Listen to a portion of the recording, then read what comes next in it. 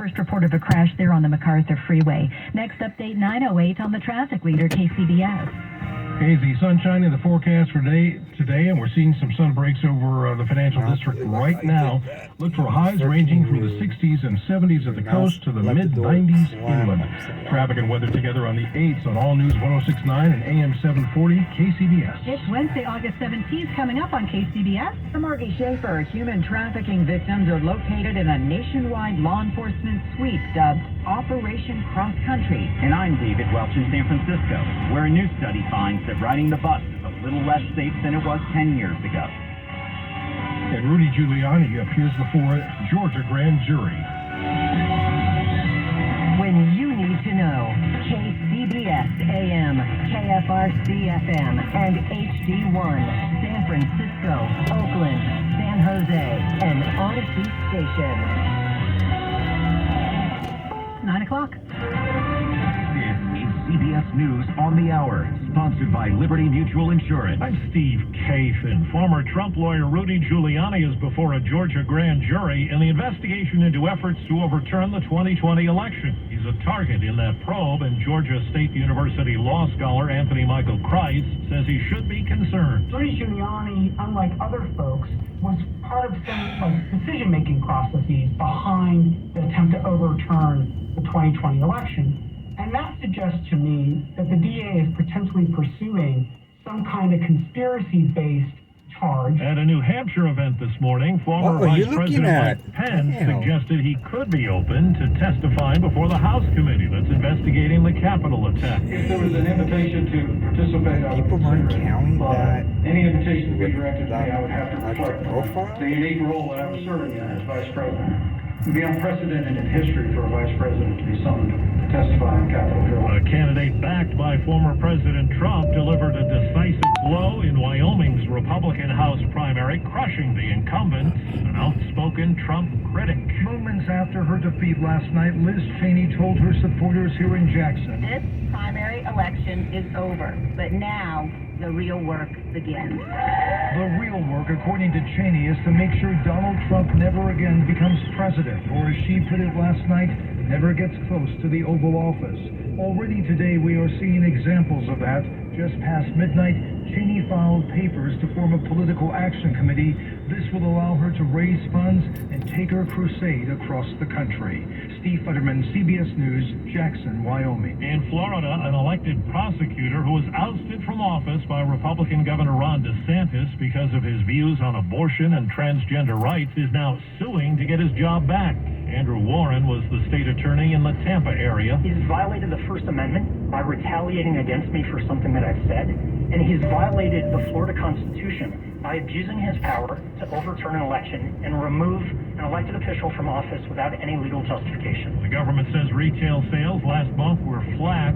Bankrate.com's Ted Rossman says it's evidence inflation-weary consumers are watching what they buy. It's not necessarily that people bought more stuff, it's that everything cost more. So the consumer is kind of getting the same amount of stuff for more money, or in some cases they're even getting less product for more money. Wall Street, right now the Dow is down 278 points, and the NASDAQ is down 220. The S&P is also down.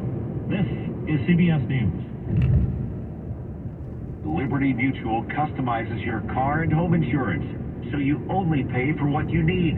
Visit libertymutual.com to learn more. It's 9:03 at the Bay Area's news station KCBS. Expect hazy sun with the possibility of a raindrop or two throughout the afternoon and continued warm temperatures. Good morning, I'm Melissa Colross. And I'm Eric Thomas. Here is what's happening. A coordinated national law enforcement sweep done over 2 weekends in August found more than 200 victims of human trafficking. KCBS's Margie Schaefer reports the FBI says it's just the tip of the iceberg. A nationwide sweep identified and located 225 victims of human trafficking, including 84 kids. Human trafficking can be forced labor, sexual exploitation, or sexual slavery. 85 suspected perpetrators were also arrested. Unfortunately, it's just the tip of the iceberg. That is FBI Special Agent in charge of the San Francisco and Sacramento field offices, Sean Reagan. The coordinated sweeps took place over the first 2 weekends in August in the Bay Area. We recovered 3 adult victims. We arrested 3 perpetrators. We also recovered 3 firearms. Reagan says often with human trafficking, there is violence or the threat of violence. In these cases, tips from the public can go a long way. Then we will have the person's identifiers, where maybe they were last seen, who they were with, who may be trafficking them. Services are offered to help victims recover and assimilate back into society. Margie Schaefer, KCBS. Violent attacks on buses and trains have been on the rise over the past decade. That's according to a new study from the Mineta Transportation Institute. And the findings have leaders thinking about how best to keep people safe on public transit, as we hear from KCBS's David Welch. The study found 2 significant shifts over the past 10 years. Brian Jenkins, one of the study's authors, explained. We are worried primarily about large-scale bombing.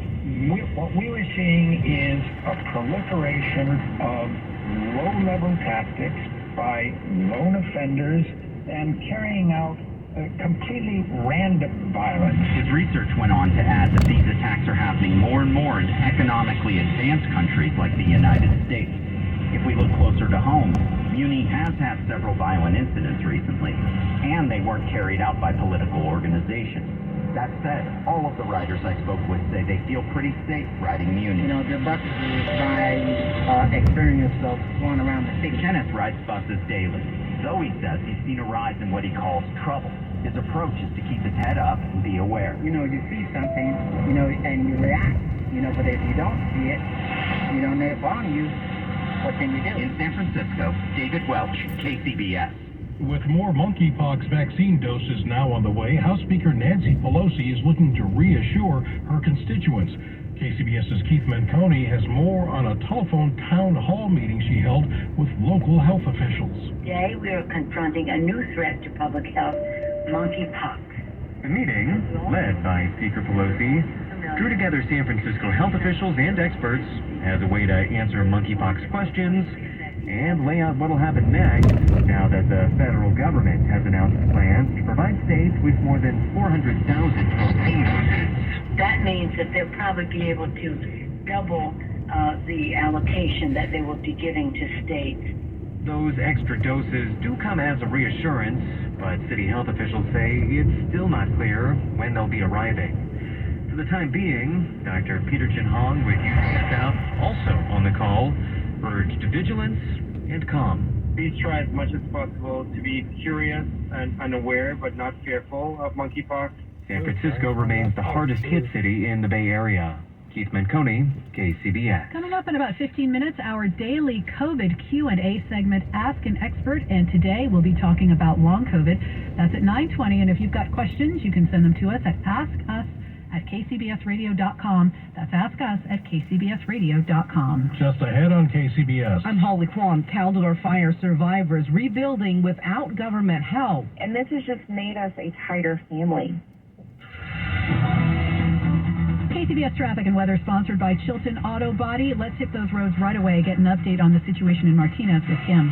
Again, nothing is getting through, unfortunately, Melissa. This is going to take some time to clear. It's a jackknife rig. A set of doubles here across all lanes of South 680 at Arthur Road.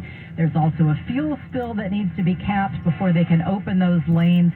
And, of course, they've got a monumental task of just removing the big rig. This big rig did crash into that center divide, and concrete went into the left lane northbound 680 at Arthur Road. So the northbound left lane is also blocked. We have a backup that's over 5 miles long coming down out of Benicia, affecting both 780 and 680 and the entire Benicia Bridge, obviously. So the best course is to try to get over to Interstate 80 and use the Carquinez Bridge. This is becoming increasingly crowded, though. Chilton Auto Body Collision Cam now sees the backup starting in Vallejo from Highway 37. It's very slow. 780 is also heavy from Columbus Parkway, trying to make your way to Interstate 80. So either way you cut it, this is going to be a very slow ride. But again, the Carquinez Bridge, definitely the better bet because nothing is getting through again, South 680 at Arthur Road. Also, a couple other problems. Accident reported West 580 near High Street, Oakland. It looks like they're getting a handle on that. Overturn crash in Redwood City. Although it's on the shoulder, these vehicles wound up in a ditch South 101 near Whipple. Your next update, 9:18 on the traffic leader, KCBS. Hazy sunshine, chance of a drop or two of rain continuing on into the afternoon. Won't be much accumulation. Highs ranging from the 60s and 70s coastside, 70s and 80s bayside, mid-90s inland. Traffic and weather together on the 8s on All News 106.9 and AM 740 KCBS. Have you been in a car accident? Chilton Auto Body has 15 convenient Bay Area locations to help restore your vehicle to pre-accident condition. Chilton Auto Body is also actively hiring for all positions. For more details, head to ChiltonAutoBody.com, the Bay Area's leader in collision repair. Did you know that on average, teachers spend over $750 a year out of their own pockets for classroom supplies? Whether learning from home or in the classroom, many students in the Bay Area lack the resources they need to succeed in school. Stevens Creek Subaru wants to help. This August, through the Subaru Loves Learning initiative, Stevens Creek Subaru is partnering with AdoptAClassroom.org. Our goal is to provide students and schools in need the tools to help them learn and grow in the classroom. Stevens Creek Subaru and Subaru of America have a proud history of supporting education, helping Subaru to donate over 277,000 science books to schools in the past 4 years alone. This year, Stevens Creek Subaru wants to do even more, and we're asking for your help as well. Stop by in person or online at StevensCreekSubaru.com and find out how you can adopt a classroom. Located on Stevens Creek Boulevard, just off of Winchester near Santana Row, or StevensCreekSubaru.com. Buckle up and drive safely. Thinking of selling your house, but you don't want to deal with repairs, cleaning, realtor photos, and showings? With John Buys BayAreaHouses.com, you don't have to do any repairs or pay any commissions. Call 510-426-7000 and John will give you a fair cash offer without any inspections, showings, or other headaches. That's 510-426-7000. When you sell to John Buys BayAreaHouses.com, you decide when you want to move, according to your schedule and your terms. John buys vacant houses, inherited houses, beautiful houses, fixer-uppers in any condition, as is. John Buys BayAreaHouses.com provides you the easiest sell possible and assists you in every step of the way. If you want to sell and have any questions, please call 510-426-7000. That's 510-426-7000 and get the offer you have been waiting for. KCBS News Time 9:11. Next week, the El Dorado County Board of Supervisors will look at buying 75 tiny homes for the uninsured residents of Grizzly Flats, who a year after the Caldor fire incinerated their community still have nowhere to call home. As KCBS's Holly Kwan tells us, a hardy group of fire survivors didn't wait for government help, forming their own boots-on-the-ground foundation that offers not just a financial leg up, but also a shoulder to cry on. The Caldor fire burned for 69 days. Grizzly Flats was torched in the first 3, which meant weeks of waiting to see if homes survived. Many didn't, and there wasn't a way to get immediate help. Well, we started the Westlake Foundation in September, right after the fire took out Grizzly, and we currently have 7 programs working on 8. Scott Telfer is executive director of the West Slope Foundation, which in the last year figured out how to help survivors bounce back without FEMA help. Jennifer McKim-Hibbert is outreach director. We did not, as a community, receive the individual assistance from FEMA.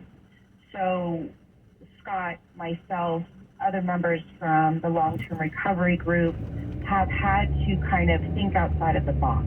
How do we find those resources and provide as much as we possibly can to the survivors? I actually did lose my home in the Caldor fire.